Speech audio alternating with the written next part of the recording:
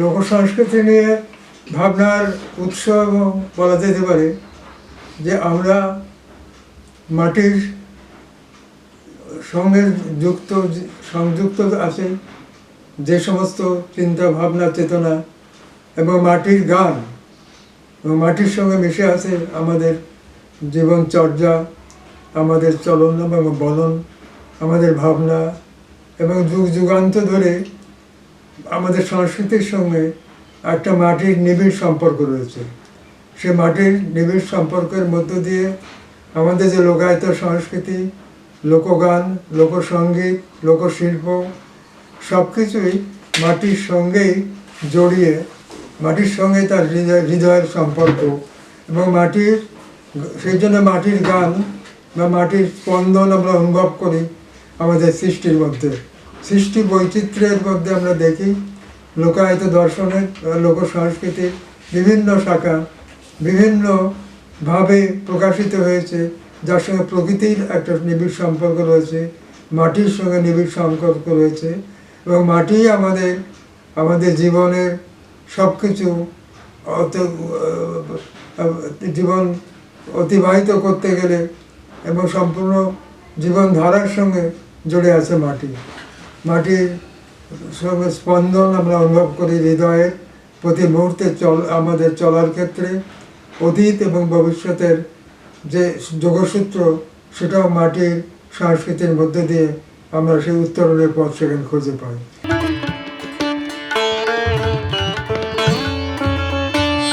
লালন বিশ্বজনীন এবং প্রকৃতপক্ষে মাটির গান যেন উঠে এসেছে লালনের দর্শনের ভেতর দিয়ে।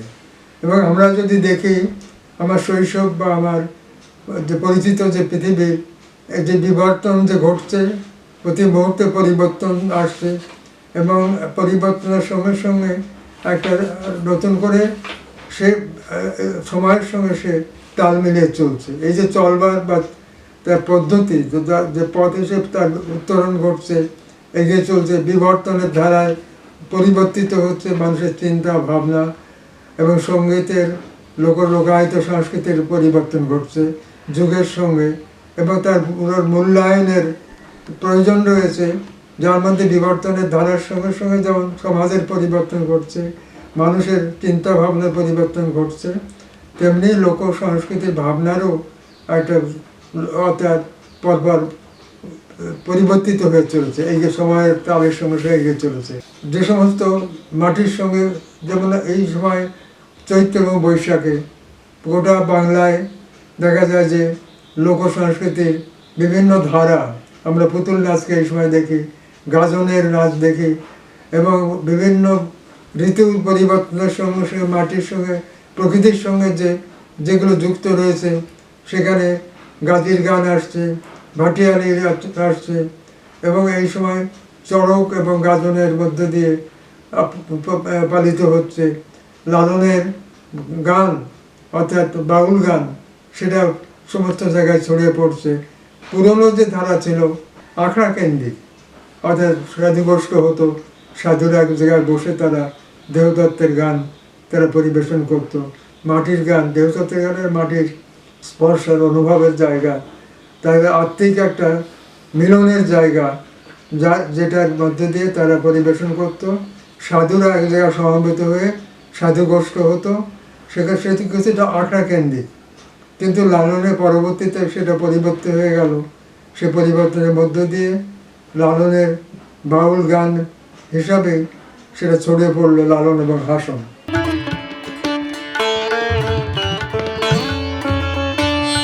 আমরা যেগুলো দেখলাম প্রকৃতির সঙ্গে যে সময়ের সঙ্গে তাল রেখেই এগুলো পরিবেশিত হয় এবং সেটা কী হবে, যেমন গাজন এবং এটা তো এই চৈত্র বৈশাখে যখন কৃষকদের কোনো কাজ, এগুলো কৃষি নির্ভর, কৃষকদের যখন কোনো কাজ থাকে না সেই সময় তাদের সেই সময়টাকে ইউটিলাইজ করা, অত ব্যবহার করা এবং প্রকৃতির সেটার সঙ্গে মিশেই তারা সেগুলোকে, সে গাজনের হর পার্বতীর দেখা যাচ্ছে সন্ন্যাসীরা, গাজন সন্ন্যাসীরা ছুটে চলেছে। তেমনি যখন বন্যার সময় নৌকা বাইচ হচ্ছে, হলুই গান হচ্ছে বিভিন্ন সময়, প্রকৃতির সঙ্গে মিলে মিলে গানগুলো হচ্ছে। তো সেখানে অষ্টকটা হচ্ছে লালন, অর্থাৎ এই যে গাজন বা অষ্টকের একটা পার্ট, বা অষ্টক নিয়ে আমি দীর্ঘদিন কাজ করছি। এবং 8ই বৈশাখ আপনার ইয়ে নদীয়ার গাড়াপোতায় সেখানে একটা অনুষ্ঠান হয়, এটা এই 53 বছর চলছে। আমি প্রায় 35 বছর এদের সঙ্গে যুক্ত রয়েছি, এবং সেখানে বিভিন্ন গবেষকদের নিয়ে আসা, বিভিন্ন দলগুলোকে তার সঙ্গে সংযুক্ত করা, তার সঙ্গে যোগ করে সেটাকে পরিবেশিত করা। এবং এটা একটা ঐতিহাসিক যে এই 50 প্রায় অর্ধশত বর্ষ এই ধারাকে এরা তুলে ধরে রেখেছে। এবং সেক্ষেত্রে আমি বিভিন্ন বাংলাদেশের সঙ্গে যুক্ত রেখেছি ডক্টর সাইমন জাকারিয়া, যিনি এখন বাংলা একাডেমিরও ঊর্ধ্বতন কর্তৃপক্ষ হিসাবে রয়েছে, মহাপরিচালকের অন্যতম গুরুত্বপূর্ণ দায়িত্বে রয়েছেন।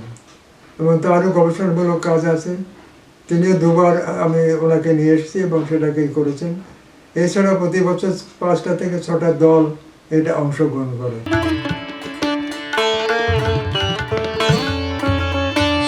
অষ্টকটা হচ্ছে উভয় বাংলার, বিশেষ করে আমরা দেখি যশোর, খুলনা, ফরিদপুর, পার্ট অফ নদিয়া এবং বরিশালের পার্ট, এইগুলো নিয়েই অষ্টকের বেশিরভাগ আমরা দেখি। এবং অষ্টক যারা পালাকার, যারা এই করছেন, সখী যারা মেয়েরা সাজে, আগে পুরুষই মেয়ের চরিত্রগুলো অভিনয় করতো এবং তার পরবর্তীতে মেয়েরা অভিনয় করে। কিন্তু সে মেয়েরা এখন বয়স্ক হয়ে গেছে। এই যে আপনি যেটা বলেছিলেন ঠিকই, সময়ের এবং সমাজের রূপান্তর ঘটার পরে, পরিবর্তন ঘটার পরে যে নির্মাণ এবং বিনির্মাণ চলছে আমাদের চিন্তা, চেতনা, ঐতিহ্য এবং সংস্কৃতির এই ধারাগুলো, তারই ফলশ্রুতিতে আমরা দেখছি আজকে কয়েক বছর ধরে শিক্ষিত মেয়েরা তারা এই অষ্টকের তারা গানে পরিবেশনা। এবং অষ্টক একটা অদ্ভুত যেটা ঢেউয়ের মতো, তার স্রোতের একটা বিরাট ধারাবাহিকতা রয়েছে, যে স্রোতের মতো, ঢেউয়ের মতো তার সুরের ঝঙ্কার, যেটা নাচের তালে নাচ আছে, সেখানে বাদ্য আছে, নৃত্য, বাদ্য এবং সমবেত নৃত্যের মধ্যে দিয়ে একটা অসাধারণ পরিবেশন অষ্টকের মধ্যে দিয়ে হয়। এটা যেমন ওখানে অষ্টকে যারা পালা রচয়িত, আমি সংগ্রহ করেছিলাম 8 থেকে 10টা পালা।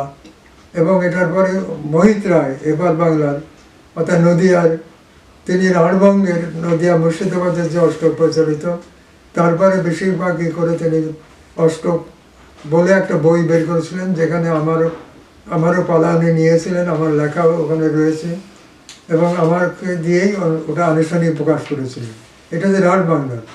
আর মূলত অষ্টক বেশিরভাগ যেটা পরিবেশিত হয় এখনও, যে ধারাটা বর্তমান রয়েছে, চালু রয়েছে, সেটার পালাকার হচ্ছে বীরেন রায়। ইনি যশোরের মাগুরা মহকুমার একটা গ্রামের অধিবাসী ছিলেন, বা অধিকাংশ পালাই তার। দ্বিতীয় আরেকজন বিখ্যাত, তিনি হচ্ছেন নিরাপদ বিশ্বাস। তিনি নদিয়ার, অর্থাৎ তিনি কুষ্টিয়ার কাছাকাছি জায়গায় তিনি থাকতেন, এবং পরে এখানে পশ্চিমবঙ্গে এই তারকনগর, এখানে এসে তিনি পরে মারা যান। তারও অনেকগুলো কলা আছে। আর বিপিন বিশ্বাস বলে, এরাই মূলত পালাকার, যেগুলো পরিবেশিত হয়ে থাকে। তো আমার ইচ্ছা আছে যে অষ্টকের পরে একটা বই তৈরি করা রয়েছে, সেটা থাকবে লোক সংস্কৃতির অন্দরমহলে বলে। তাতে অষ্টক, কবিগান, বাউল, পুতুল নাচ, এগুলো, এবং পুতুল নাচ এবং বাউল এই দুটাই নদিয়ার সবচেয়ে গুরুত্বপূর্ণ এখন যে ধারাগুলো প্রবাহমান কালের সঙ্গে যেগুলো চলছে, তার মধ্যে এগুলো গুরুত্বপূর্ণ।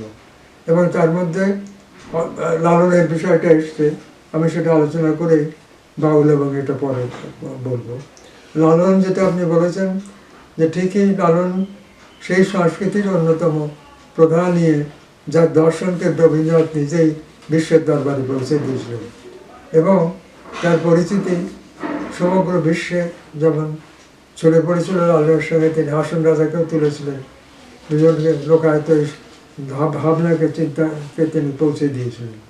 এবং লালনের যে প্রসঙ্গটা আপনি বললেন যে আগে একটা আখড়া কেন্দ্রিক সেটা আগে হতো, সেটাকে প্রথম আমরা লালন মেলার মধ্য দিয়ে, লালন প্রয়াণ শতবার্ষিকী উদযাপনের মধ্য দিয়ে মানুষের কাছে পৌঁছে দেওয়ার সে গুরু দায়িত্ব আমরা পালন করতে শুরু করেছিলাম, যেখানে যার পেছনে অত্যন্ত গুরুত্বপূর্ণ অবদান রেখেছিলেন শ্রদ্ধা অনুদা শঙ্কর রায়।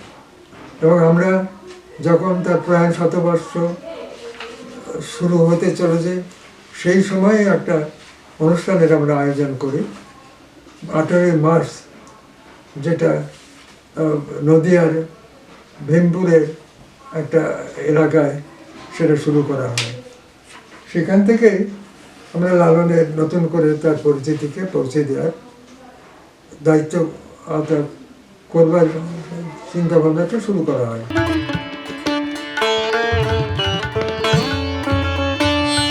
একটা দিশারি নতুন একটা যুগের এবং সময়ের সঙ্গে তাল রেখে বিশ্ব দর্শনের সঙ্গে মানবিকতা বোধ এবং সম্প্রীতির বার্তা মানুষের কাছে পৌঁছে দেওয়ার সেটা নিঃসন্দেহে লালনের বাণীর মধ্য দিয়ে সেটা পালন করা হয়েছে গোটা বিশ্বে। এবং এটা অবশ্যই আমরা বলবো যে একসময় বাউলের যে সমস্ত গানগুলো মানুষকে আনন্দ দিত, সে তারই পরিপ্রেক্ষিতে মার্চ মাসের একটা দোলের ইয়েতে আমরা একটা অনুষ্ঠান ভীমপুরের ওখানে করা হয়। তার আগে মাঝদিয়াতে আমাদের একটা সম্মেলন হয়, সেখানে সুশান্ত হালদার ছিলেন তখন শিক্ষক, স্বপন ভৌমিক এবং চরণ দলদার এবং আমরা আলোচনা করে ওই বাউল একটা অনুষ্ঠান করবার উদ্যোগ নিই। প্রথম সেটা ঠিক হয়েছে ভীমপুরের প্রথম ঠিক করা হয়েছিল শিবনিবাস, মাঝদিয়ার পাশে মহারাজ কৃষ্ণচন্দ্রের সেই বিখ্যাত মন্দির রয়েছে, সেইখানে একটা প্রস্তাব আসে সেখানে পালন করা হোক একটা বাউল সম্মেলন। তারপরে আমরা দেখি যে ওই জায়গাটা সম্পূর্ণ বহু মানুষের সমাগম হলে সেটা জায়গাটার পক্ষে অসুবিধা হবে। তখন জায়গা কোথায় পাওয়া যায়, আমরা একটা পাই যে ভীমপুর আসাননগর, ওখানে একটা ঝোড় নদী আছে, নদীর পাশে অসাধারণ একটা জায়গা, প্রাকৃতিক পরিবেশ রয়েছে এবং কিছু ছেলে শিক্ষিত যারা লালন চর্চা করে, বাউল চর্চা করে এবং তারা বিশেষ করে ওই দোলের উৎসবটা করে। আমরা দোলের সেই পরিপ্রেক্ষিতে 18ই মার্চ ওই বাউল সম্মেলনটা ওখানে করা হয়। এবং তখন ওই বছরে দেখা গেল যে প্রচুর অসংখ্য মানুষের উপস্থিতি এবং তাদের আবেগ, তাদের ভাবনা, তাদের চেতনা আমাদেরকে উদ্বুদ্ধ করলো যে এটাকে একটা স্থায়ী রূপ কীভাবে দেওয়া যায়। সেই স্থায়ী রূপ দেওয়ার জন্যে তখন দেখা গেল ওই বছরই হচ্ছে লালনের প্রয়াণ শতবার্ষিকী, 100 বছর পূর্তি। তখন দেখা গেল যে 1 কার্তিক তার প্রয়াণ দিবস, এবং সেই প্রয়াণ দিবসের ইয়েতেই আমরা 1 কার্তিক উদযাপন করবার জন্যে সিদ্ধান্ত নিই এবং ওটা স্থায়ী রূপ দেওয়ার জন্যে আমরা অর্থাৎ যে উদযাপন কমিটি করা হয় এবং সেখানে অনুদা শঙ্কর রায় এবং বাংলাদেশের আবুল হাসান চৌধুরী উভয়ের সঙ্গে যোগাযোগ করে এই লালন মেলা গঠন অর্থাৎ উদযাপন সমিতি গঠন করে শতবর্ষ উদযাপন গঠিত হয় এবং লালন মেলা অনুষ্ঠিত হয়। এবং এটাতে আমরা অনুদা শঙ্কর রায়ের তার শুভেচ্ছা বার্তা এবং তার যে এই বিষয়ে তার যে লেখা, যে তিনি চেষ্টা করেছিলেন যে শতবর্ষ আসলে তার জন্মবার্ষিকী পালনে, সেটাও তিনি সার্থকভাবে করতে পারেননি। আর প্রয়াণ শতবার্ষিকীতে চিন্তা ভাবনা তার ছিল। তিনি এইটা পেয়ে তিনি খুবই খুশি হলেন এবং সেই সঙ্গে বাংলাদেশের আবুল হাসান চৌধুরীর সঙ্গে যোগাযোগ করা হলো। যোগাযোগ করে এই শতবর্ষ উদযাপন শুরু হলো। এই শতবর্ষ উদযাপন সঙ্গে সঙ্গে এটাকে আমরা 1 কার্তিক 1990-এ এই শতবর্ষ উদযাপন হলো এবং সেটাতে আমি সভাপতি ছিলেন মানিক সরকার, আমি সহসভাপতি, আমরা উভয় অন্যতম প্রতিষ্ঠাতা সদস্য।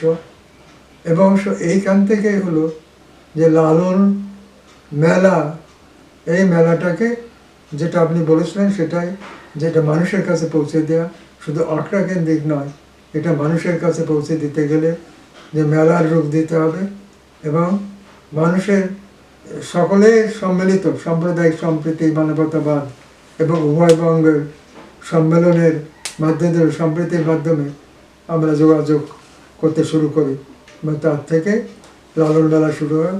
এবং লালন মেলায় দেখা যায় যে লক্ষ লক্ষ লোকের উপস্থিতি, এবং এটা একটা বিরল একটা ইতিহাস তৈরি করতে পারে যে উপমহাদেশে লালন মেলায় প্রথম, যেখানে লক্ষ মানুষের, যেখানে সুনীল গঙ্গোপাধ্যায় এসে 2 মাইল আগের থেকে গাড়ি থামিয়ে হেঁটে আসতে হয়েছে, এইখানে অন্বেষণ করে প্রায় আসতে পারেননি, কিন্তু প্রতি অনুষ্ঠানটায় তিনি লিখিত দিয়েছেন এবং এটা যে মানুষের কাছে পৌঁছেছে এবং এটা লালনের কৃতিত্ব। লালন মেলার যে এই লালন মেলা এই উপমহাদেশের প্রথম মেলা, যে মেলার মধ্য দিয়ে অন্নদা শঙ্কর রায়ের সরাসরি যুক্ত এবং প্রতি মেলাতেই তিনি করেছেন, শুভেচ্ছা পাঠা পাঠিয়েছেন। শুভেচ্ছা প্রায় 11টা শুভেচ্ছা পাতা, সবটাই আমি গেছে নিয়ে এসেছি এবং তিনি লিখে দিয়েছেন, সেগুলো আপনার বইতেও লালমা ইতিবৃত্তিতে আমরা দিয়েছি। এবং এটার ঐতিহাসিক গুরুত্ব সেখানেই যে লালন মেলা আজ অসংখ্য লালন মেলা তৈরি হয়েছে এবং আগে লালন বার্ষিক উদযাপিত হতো প্রতি বছর সেউড়িয়াতে, অর্থাৎ লালন উৎসব হতো, কিন্তু কখনো লালনকে নিয়ে কোনো মেলা আগে ছিল না। প্রথমে আমরা ভীমপুরে সেটা করি এবং এটা আন্তর্জাতিক স্বীকৃতি লাভ করে এবং উপমহাদেশের প্রথম মেলা, যেখানে অগণিত সাধারণ মানুষ সেখানে অংশগ্রহণ করতে পারে। একটা খুব ইন্টারেস্টিংই আছে, প্রণবেশ সেন আমাদের ইয়েতে এসছেন, আশিস গিরি এসছেন, অমর বিশ্বাস এসছেন, আরও অর্থাৎ দূরদর্শন এবং আকাশবাণীতে প্রতি বছরই আমি যোগাযোগ করতাম এবং তারা এসছেন, অংশগ্রহণ করেছেন। তাদের মধ্যে দিয়ে গোটা ভারতবর্ষে লালন মেলা এবং উভয়বঙ্গে ওপার বাংলাতেও আমরা প্রতি বছর গেছি এবং যোগাযোগ স্থাপন করে দিই, সে যোগসূত্র স্থাপন করা হয়েছে। এবং লালনের শুধু গবেষণা নয়, লালন যে অগণিত মানুষের মধ্যে পৌঁছে গেছেন সাম্প্রদায়িক সম্প্রীতি, মানবতাবাদ এবং যুগের সঙ্গে এটাকে তাল রেখে সেটাকে আরও মানুষের হৃদয়ের কাছে পৌঁছে গেছে এবং সেটা লালন মেলার ইতিবৃত্ত। এবং আমরা নিশ্চিতভাবে বলতে পারি, একটা প্রণবেশ সেনে বলেছিলেন একটা অনুষ্ঠানে যে যখন দেখা যাচ্ছে লালন গান হচ্ছে, ওনাকে জিজ্ঞেস করছেন যে, তিনি বলেছিলেন যতই যেখানে লক্ষ লোকের সমাবেশ হয় চুরি টুরি হয় না। আমি তার উত্তরে বলেছিলাম, সেটা উনি একটা পত্রিকায় সেটা প্রকাশ করেছেন যে চুরি করবে কে, যারা চুরি করে বেরিয়েছিল গানের এখানে বসে, তারপরে লালনের গান শুনে তারা আর চুরি ভুলে গেছে, তারা সেই সারা রাত গান শুনে সকালে তারা বাড়ি গেছে। এটাই আমাদের একটা ঐতিহাসিক সাফল্য যে লালন উভয়বঙ্গের সেতু বন্ধনের কাজটা করেছে এবং ওই সময় বর্ডারকে উন্মুক্ত করে দেওয়া হয়েছিল যে যারা আসবে তারা কোনো রকম বাধার সম্মুখীন হবে না। এবং সেক্ষেত্রে আমরা দেখেছি যে উভয়বঙ্গের বাংলাদেশের আবুল হাসান চৌধুরী প্রতি বছর এসছেন, ডক্টর মোমেন চৌধুরী বাংলা একাডেমির ডেপুটি ডাইরেক্টর উনি এসছেন, হোসেন উনি এসছেন, সবাই পরবর্তীতে এখানে এসছেন, আর এবার বাংলাতে সবাই তারাও সবাই এসছেন। এক্ষেত্রে লালনকে নিয়ে আমাদের আরও ডিটেলস, আমাদের আরও একমাত্র এটাই যে লালন আজকে সমস্ত ভারতবর্ষে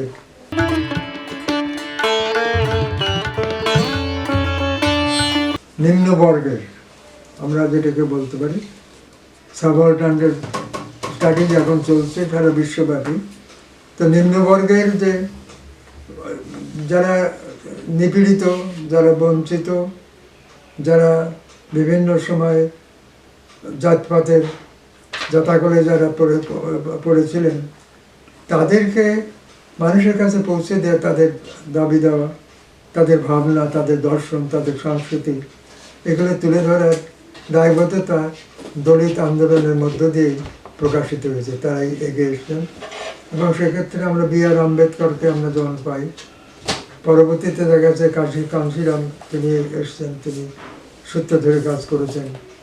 এবং আমাদের বিশেষ করে পশ্চিমবঙ্গেও দলিত সাহিত্য, এটা অবশ্য মহারাষ্ট্র বা অন্য ভারতবর্ষের বিভিন্ন জায়গায় এর আগেও ওখানেও আন্দোলন হয়েছে।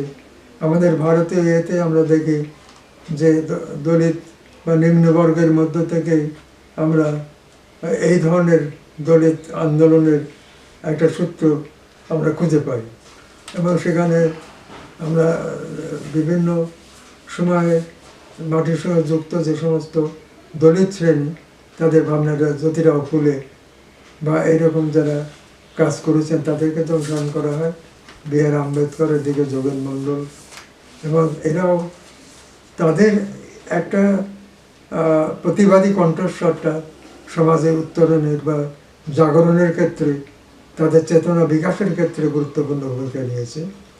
তেমনি আমাদের পশ্চিমবঙ্গেও দলিত আন্দোলনটা দীর্ঘদিন এবং তার সঙ্গে জড়িয়ে আছে লোকায়ত দর্শন, লোকজীবনের ধারাগুলো। দলিত মতুয়া আন্দোলনের মধ্য দিয়ে দলিত আন্দোলন যুক্ত হয়ে সেটা প্রসারিত হয়েছে নিম্নবর্গের, বিশেষ করে নমশূদ্র সম্প্রদায় এবং বাগদি বা হালদার, যারা বাগদি বা যারা অন্য নিম্নবর্গের যারা বিভিন্ন শ্রেণীর OBC, এরা তাদের মধ্যে তারা যে নিপীড়িত বা বঞ্চিত বা শোষিত বা অত্যাচারিত এবং ঘৃণিত, তার থেকে উত্তরণের জন্য লেখা মহাসাদে, যেমন মহাসাদে দিয়ে যে দীর্ঘদিন কাজ করেছেন এবং তিনি আমার এখানেও এসেছিলেন, আমার ইয়েতেই সারাদিন ছিলেন সমস্ত দিনই করে। এবং বোধহয় সম্প্রতি গত বছরই একটা বই অন্য মহাশ্বেতা বলে সিদ্ধার্থ বসুই করেছেন, যেখানে আমার সঙ্গে মহাশ্বেতা যে এসে আমাকে উনি তার ওই বইতে রয়েছে, এই গবেষণামূলক বইটাতেও একটা চ্যাপ্টার সেখানে তুলে ধরা হয়েছে যে কীভাবে তিনি, অর্থাৎ শবরদের নিয়ে কাজ করতেন। উনি যখন প্রথম বালিগঞ্জে থাকতেন, ভর্তিকা প্রকাশিত হতো, আমি যেতাম জ্যোতির্ময় বসুর বাড়িতে, এবং তিনি ফাইল অনেক সময় আমাকে দেখতে দিয়েছেন। তারপরে দীর্ঘদিন এই আমাদের লালন মেলাতেও উনি করেছেন, শুভেচ্ছা পাঠিয়েছেন, লেখা পাঠিয়েছেন।